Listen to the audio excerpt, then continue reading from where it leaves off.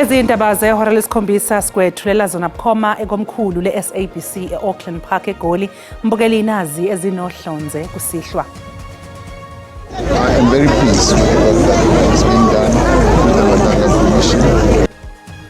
Umengameli wezwe Cyril Ramaphosa usezwakalise ukuthi sizobhekisiswa isicelo sokwelulwa kwesikhathi sokusebenza kwekhomishana kaMadlanga uma sekufike isikhathi. We will want to address the criminality, the political interference as well as the corruption within the criminal justice system. Kuhlangana unyaka namhlanje selokhu umkhuzi wamaphoyisa KwaZulu-Natal uLieutenant General Nhlanhla Mkhwanazi abambe isithangamina beindaba esanyekazisa isizwe ngeinsolo ayiveza zokugxambukela kwegi namkhuba einhlakeni zamaphoyisa nakwezobulungiswa. One person is deceased, but the person passed on while they were on their way to the port of entry. It did not happen in the center. Liyaqhubeka uhlelo lokuqinisekiswa kwemininingwane yabantu bokufika bangenazi imvume zokungena kuleli abasagcinwe esikhungweni sesikhashana eMusina eLimpopo njengoba belindele ukuthuthwa bahanjiswe kwelakubo.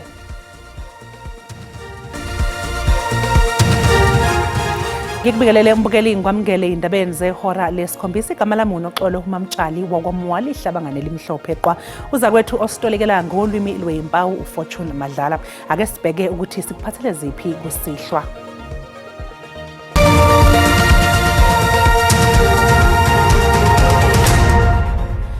Umengameli wezwe uCyril Ramaphosa uthi uzobhekisisa isicelo sokwelulwa kwesikhathi sokusebenza kwekhomishana kaMadlanga uma sesifakiwe. Umengameli uthi kuze kube manje umsebenzi wekhomishana uyancomeka. Ubekhuluma njengoba ehambele abathembu bamaqamathe eCofimvaba eEastern Cape. Is being done with the Madanga Commission. It may well be that they need a little bit more time, and I'll listen to that request if it comes. And obviously, the report that they now need to give is a critical that will enable us to have the ability, the wherewithal to reform our police service. So, all in all, very, very good work that's being done by the Madanga Commission. And what is pleasing in terms of reference we gave them is that they are able to actually do real beneficial work as they move forward. And that is what we should be pleased about. And I guess that is what South Africans also want to see. So it's good work that's being done there. Ngana unyaka namhlanje selokhu umkhuzi wamaphoyisa KwaZulu-Natal uLieutenant General Nhlanhla Mkhwanazi abamba isithangamina beindaba esanyekazisa isizwe ngeinsolo ayiveza zokugxambukela kwegi lamkhuba einhlakeni zamaphoyisa nakwezobulungiswa. Izakhamuzi zakuleli zizwakalise imbono yazo ngesimo sezwe selokhu uMkhwanazi adalula okwakungalindelekile ngalolu suku ngonyaka odlule. Khulu kuma commission amaningi aseke abakhona asisho ukuthi 100% kodwa okuningi ukimi ngathi about 80% uMadlanga commission uyasebenza ngoba nabantu abaveza izinto bayavela baboshwa abanye although kunalabo abangaboshwa ukuthi sifundela ngama cartels besingazi ngawo ukuthi hey mawuphethe ama-cartels kusho ukuthi uphethe uhulumeni baphethe uhulumeni laba yingakho abanye bengaboshwa kodwa nje yona iMadlanga Commission cha ngeke ngiqambela mangiya iyasebenza. Ngokubona kwami ngibona ngathi iyasebenza manje siza ngokuningi corruption egcwele la eSouth Africa, especially kule misebenzi yaka government when it comes to bribery. We used to see bribery kakhulu emaphoyiseni. Angathi nje esithendwa kakhulu iminyaka ibe more yokuthi bekhona iMadlanga. Siyayidinga nje kakhulu eSouth Africa. Kumele ba extend lento yabo le bayiphi uMadlanga once yeah like ilentuzana i-system yethu ye-justice isiphethe bayiphi uMadlanga once ngoba ine difference. Luyaqhubeka uhlelo lokuqinisekiswa kwemininingwane yabantu bokufika abangenazi imvume zokungena kuleli abasagcinwe esikhungweni sesikhashana eMusina eLimpopo njengoba belindele ukuthuthwa bahanjiswe kwelakubo. Kubikwa ukuthi kushona umuntu oyedwa waseMalawi obeseqinisekisiwe imininingwane yakhe ngemva kokukhala ngokuthi uyagula. Umufi ukhale kakhulu ngokuzwela ukushisa waquleka wakhunyulwa ijazi kanti abezimo eziphuthumayo bafike esethule. Ibhasi belibhekise amabombo emngceleni Beitbridge ngesikhathi kuvela umshophi. It's true, one person is deceased, but the person passed on while they were on their way to the port of entry. It did not happen in the center. But what happened is that immediately after that, the driver turned back and came to the center here. That is where the emergency services were called, and that is where the police also came to do what they are supposed to do. Ngakolunye uhlangothi umnyango wezasekhaya ugculisekile ngenqubekela phambili yalolu hlelo. Our anticipation is to make sure that we load 60 buses today so that we can also make a serious mark like what we did yesterday. Yesterday, we upped our game. The number increased with 1,000 because we managed to register and process and remove plus minus 4,858. Those are the numbers that we have managed to push out. Yize kunjalo, kepha kukhona abakhala ngokuthi lolu hlelo lushaya ngolonwabu. It's not quick. Yeah, even the line there is not moving. It's not moving the line. Since morning, he was here, and the line is like this. Even yesterday, the whole day we was standing there, no improvement. Izandla zikholelwa ukuthi bangaphezulu kwezinkulungwane eziyisi-7 sebebuyiselwe emazweni abo selokhu kwaqala lolu hlelo. Esifundazweni Western Cape naKwaZulu Natal inkumbi zabokufika ezifuna ukwelekelelwa ngokubuyela emazweni azo zikhala ngokuhamba kancane kohlelo lokusizwa kwazo. Abanye bokufika bakuleli ngokungemthetho bakwazanga ukuthola indawo emabhasini abehlinzeke ohulumeni wakuleli ukuthi abathuthele eMosina kanti sebenxusa usizo lokuthunyelwa emazweni abo njengoba besele dengwane kulezikhungo abebehlalise kuzo okwesikhashana. When I come back, I found the situation of people must go back home. Yeah, so we didn't have money to have transport and all these things, and it's too far here to go to Zimbabwe. I have 2 years in South Africa now, so now I'm waiting for transport to go home. Now there's no transport. Uhulumeni wase-Western Cape uthi abokufika bangenazo izimvumo abadinga usizo bakhuthaza ukuba baxhumane ngqo namanxusa asemazweni abo. Kusenjalo enkabeni edolobha eThekwini okhulumela abaseMalawi wenabe ngezinhlelo abanazo zokulekelela iqeqebane elisha lalabo abangenayo indawo yokufihla ikhanda. I'm appealing whoever is listening to us that Mr. Adam is appealing to any organization to come on board. If I get like 4 or 5 buses, this place will be cleared. Iminyango kahulumeni kanye nomasipala bazoqhubeka nokuqapha isimo futhi babhekane nanoma iziphi inselele ezingaphazamisa ukulethwa kwezidingo nqangi. Icala labasolwa ababili abayingxenye yalabo abafunwa ngamacala okugasela ngokungemthetho umuzi oseGoli lapho kwebiwa khona uhlobo lwamatshayi igugu abiza cishe igidi eziyi-15 zamarandi lizobuyela enkantolo yemantshi yaseGoli ngesonto elizayo. Ian Mackenzie oyisikhulu samaphoyisa omkhandlu ekuruleni no-Etienne van der Walt oxhumene nenkampani yonogada abazimele basolwa ngokugasela nokugqekeza umuzi eGoli bantshontsha uhlobo lwamatshe ayigugu abiza ngaphezulu kwezigidi eziyi-14 zamarandi. This falls under 6 charges they are facing.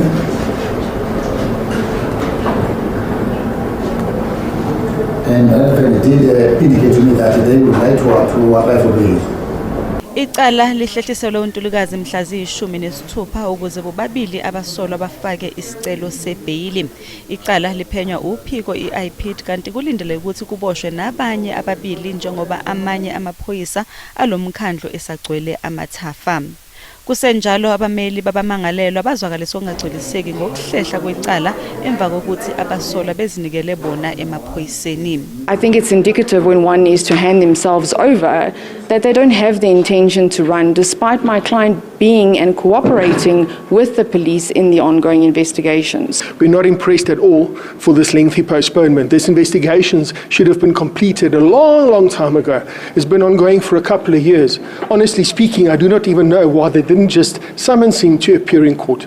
Abasolwa bazoqhubeka bagcinwe esiteshini samaphoyisa eBenoni kuze kube babuyela enkantolo. Mbukeli sithatha iqu ey'tolo kanti siyabuya-ke nezinye iy'ndaba zosuku ngemva kwekhefu.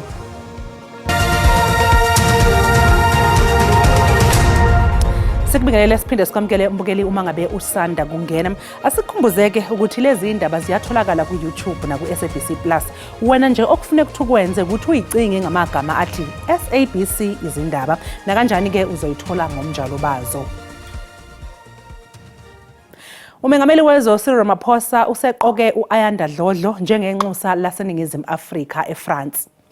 UDlodlo ungena esikhundleni ebesiphethwe ngobe yinxusa uNathi Mthethwa ongasekho.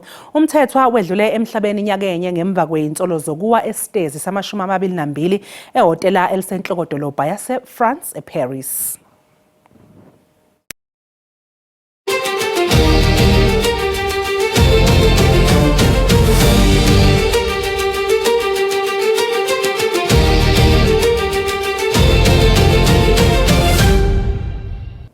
Ikomishana kaMadlanga inembuzo ngokuthi yini eyayenza inhloko yezobunhloli uMajor General Feroz Khan alandela udaba lohambo lwaphesheya kwezilwandle lowayengumphathi womkhandle kuruleni uDokotela uImogen Mashazi kanye nabanye abathathu.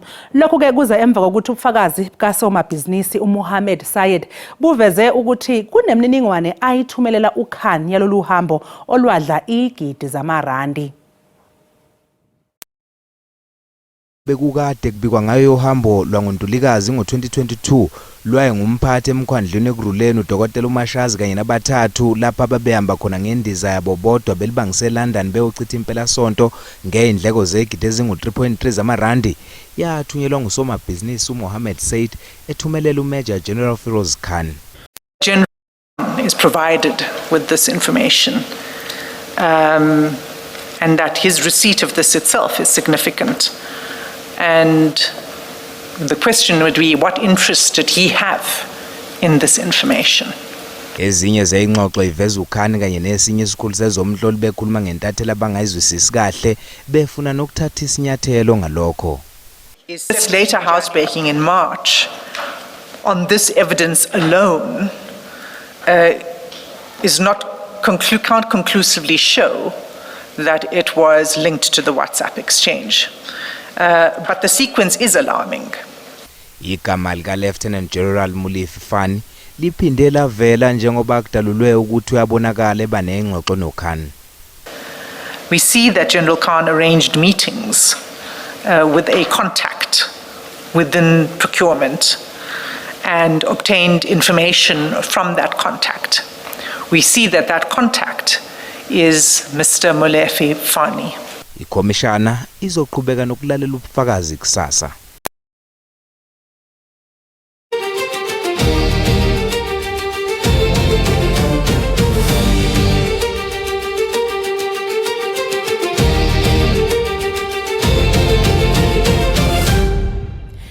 Ibamba lenhloko yophiko liphenya ngamacala enkohlakalo iSIU uAdvocate Leonard Likhetho uthi uhulumeni kumele aqinise indlela okuthengwa ngayo impahla ukuze kunqandwe inkohlakalo efana naleyo yenzeka esibhedlela saseThembisa. uLikhetho ubeyisikhulumi engqungqutheleni yama-25 yonyaka ye-Board of Health Funders eKapa. Ugqamise amacala angama-33 okuphenywa ngawo enkohlakalo emkhakheni wezempilo. Kulawo asephothuliwe kubalwa nophenyo ngenkohlakalo yesibhedlela saseThembisa. Owayengumqeqeshi weBafana Bafana uShakes Mashaba usebuyele ekhaya lakhe eRoodeport ngemva kokuchitha isikhashana esibhedlela sasePitoli exinwe ukugula njengoba ehlaselwe isifo somdlavuza kanye nesifo sofuba. Kanti lenselele yisimo ke sempilo esingesihle esesishaye kakhulu ke umndeni ephaketheni. Mashaba uthi isimo semqeqeshi Shakes asisiso lesihle nezenani. Noko-ke baSamaria labalungile bavelile ngemuva kwekuva kumsakato we-SABC iMetro FM ngetikhalo letilelwe ngumndeni wakhe umqeqeshi Shakes Mashaba. Bekasesibhedlela-ke ePitoli. Noko sewubuyele ekhaya. He was released last week Friday. He's now going to be starting his treatment very soon. We'll get word on that. Kodwa yena usaphathekile kakhulu. The journey only begins now, after he was released from hospital. The expenses are just piling on. And then we've got people who are assisting financially. And like Untanta did say that obviously there's medical-minded people that know exactly which buttons to press. They've also come forth. Umkamashaba naye simo sempilo kuye asisiso lesikahle kungako ke atsite ubite banvana bate umsita ukuthi kunakekelwe umceceshi Shakes. Kunzima kakhulu angikwazi noku-express ukuthi ngathini kodwa ke siyazi ukuthi yonke into kuNkulunkulu yonke into izolunga. Lo mndeni ke uthi sekukhona labativeta ngathi basebentela wona kanzi bafuna kubukela emaphokethe abo akalulame wamashaba.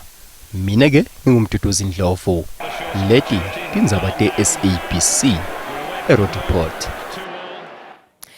Umnikazi wepulazi uZakaria Olivier namhlanje uthula ubufakazi okokuqala ngqa esigcawini esandulela ukuqulwa kwecala eliphathelene nokubulawa kwabesifazana ababili ngoNcwaba ka-2026 epulazini ePulukwane eLimpopo ababulawa baphoswa egoqweni lezingulube. Ziwepulazi oneminyaka engamashumi ayisithupha ubudala ulandise umbuso ngestatimende sakhe. U-Olivier watshela umphenyi wecala ukuthi uzokwazi ukuzikhokhela abameli nakuba kunenselele yemali. I also informed him that yes, I am bankrupt, but I have been robbed bankrupt. Samabili ayekhona ngesikhathi kuboshwa uOlivier nawo athule ubufakazi ngokwenzeka ngesikhathi eboshwa. On two things. The first thing is that, and I would like your comment on that. He says that you were never alone, and he was never alone in the room. At all times there was between 4 and 6 people present when you took the warning statement.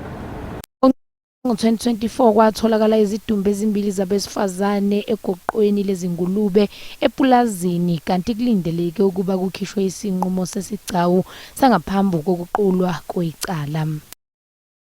Mbukeli uma sibuya ezitolo umkhushula Msimanga oyisangoma sezulu uzobeke sekuphathela umhlahlo wesimo sezulu unganyakazi.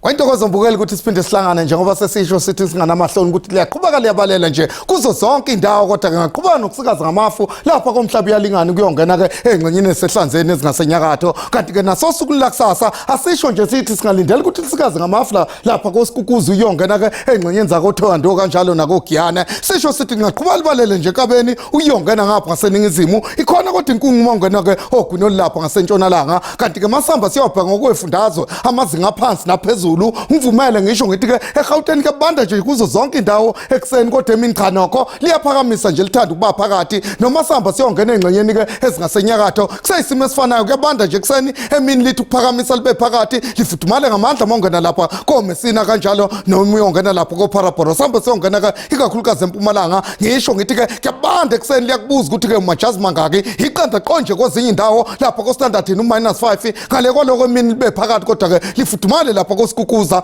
ngisho ngithi ke noma ungena kwaZulu Natal injalo indaba mawungena kakhulukazi ke engcenyeni ezimaphakathi ke banda ekseni iqanda lapha koMnambithi ngale kwaloko lifudumele nje kamnandi ke kuzo zonke indawo ekhathini zasemini sambe siyongena Eastern Cape isenjalo indaba ke banda ngempela ke mawungena kakhulukazi ke ekhathini zasekuseni emini cha nokho libe phakathi lithi kufudumala kodwa ke mawungena lapha eXuba sambe siyongena eWestern Cape entshonalanga koloni sisho sithi nakhona engcenyeni ezimaphakathi kuthande nje ukubanda emini cha nokho kulesa sifundazwe lingafudumala nje enyakatho kwezinye indawo lithande nje ukuba phakathi yongena koBuffalo West kanti ke enyakatho koloni kuyabanda nje kuseni nakhona nokho koAphindini lithande nje ukufudumala libe phakathi ke kwezinye indawo noma siyongena eFreystata sisho sithi ke kuyabanda ngempela ekseni mawusondela kulesa sifundazwe kodwa emini lithande nje ukuba phakathi kuzo zonke indawo kulesa sifundazwe iqanda nje ekseni kwezinye indawo noma uyongena eNorthwest ngivumele ngithi ke kuyabanda kuzo zonke indawo ekseni kodwa emini nokho lingathanda ukuba phakathi ngibukele ngivumele ngithi kuwe ngiyayithatha indawo benobusuku obuhle.